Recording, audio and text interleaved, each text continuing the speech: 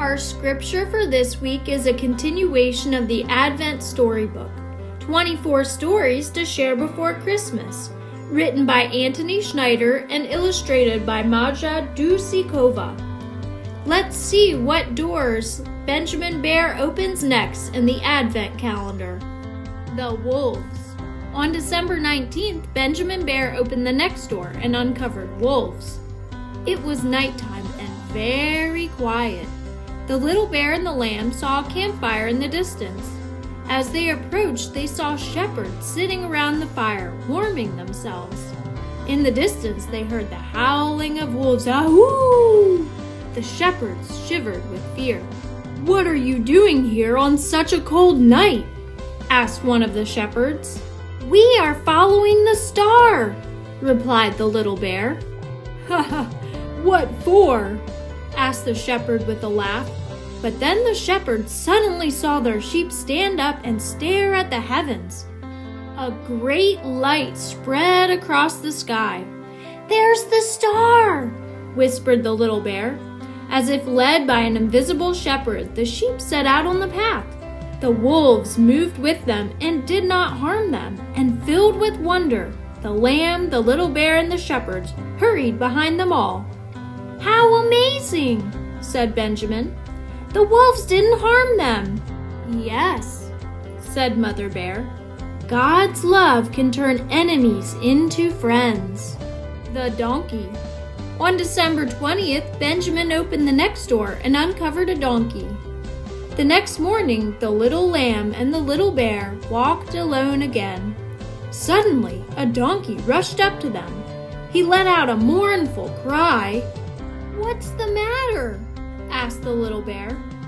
"I lost my song," moaned the donkey. "Since when do donkeys sing?" the little bear asked, baffled. "Since the beginning of the world," replied the donkey sadly and looked at the sky. "What a strange star that is shining in the middle of the day." "It's the Star of Bethlehem. It will find your song for you," the little bear told the unhappy donkey. "Do you really think so?" asked the donkey. The little bear nodded.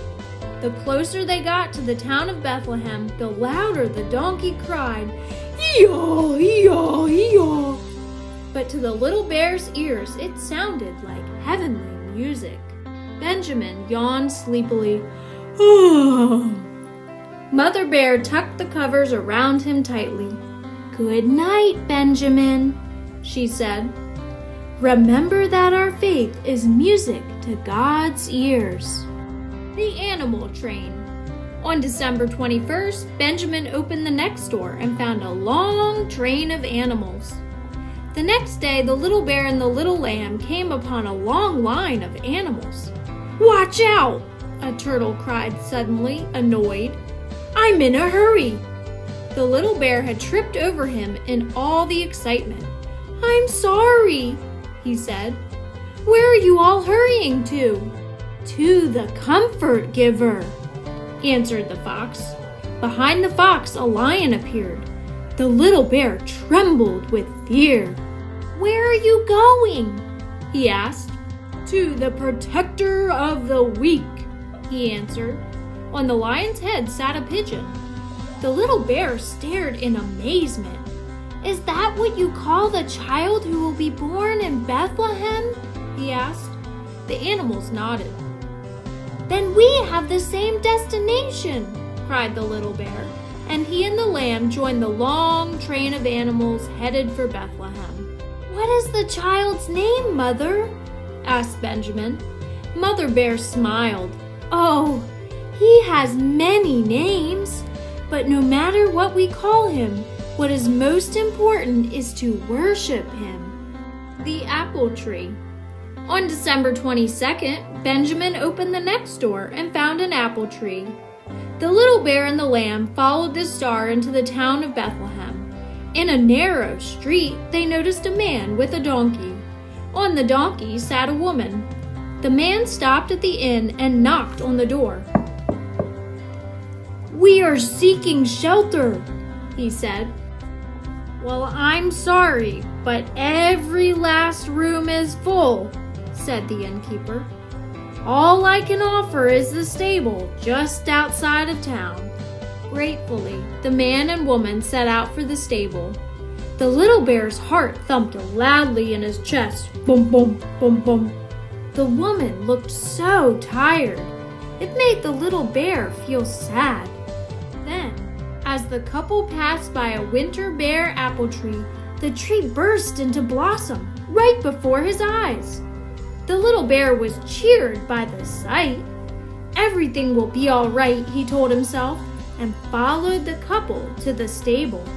When Mother Bear finished the story, Benjamin smiled. "The flowering apple tree was a hopeful sign, wasn't it?" he asked. "Yes, indeed," replied his mother. "Miracles can happen any time." The ox. On December 23rd, Benjamin opened the next door and found an ox. The streets of Bethlehem were bustling with activity.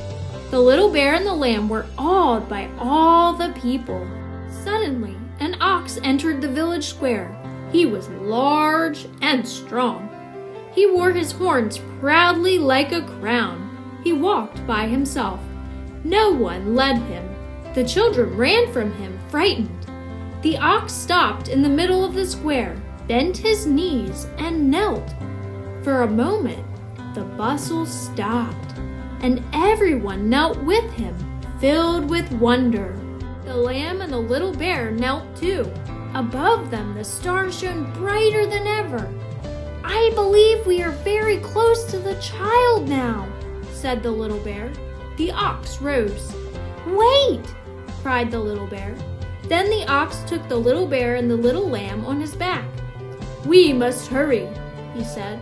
"The child will be born very soon, and I want to be there to warm him with my breath." "Does that mean we're almost there now?" asked Benjamin excitedly. "Yes, indeed," said Mother Bear. "Do you see how God inspires wonder in us all?" The manger. On December 24th, Benjamin opened the last door and saw a manger. As the little bear and the lamb approached the warm stable, they saw the child lying in a manger. The child opened his arms to the little bear, laughing, and the little bear's heart was filled with joy. Everyone who the little bear had met along the way gathered before the manger. The animals, the beggar, the robber, the old man, the blind man, the king, and above them all shone the star. Benjamin sighed happily. "Ah, it's finally here, Mother," he said. "It's finally Christmas." Mother Bear kissed Benjamin on the cheek and said, "Merry Christmas."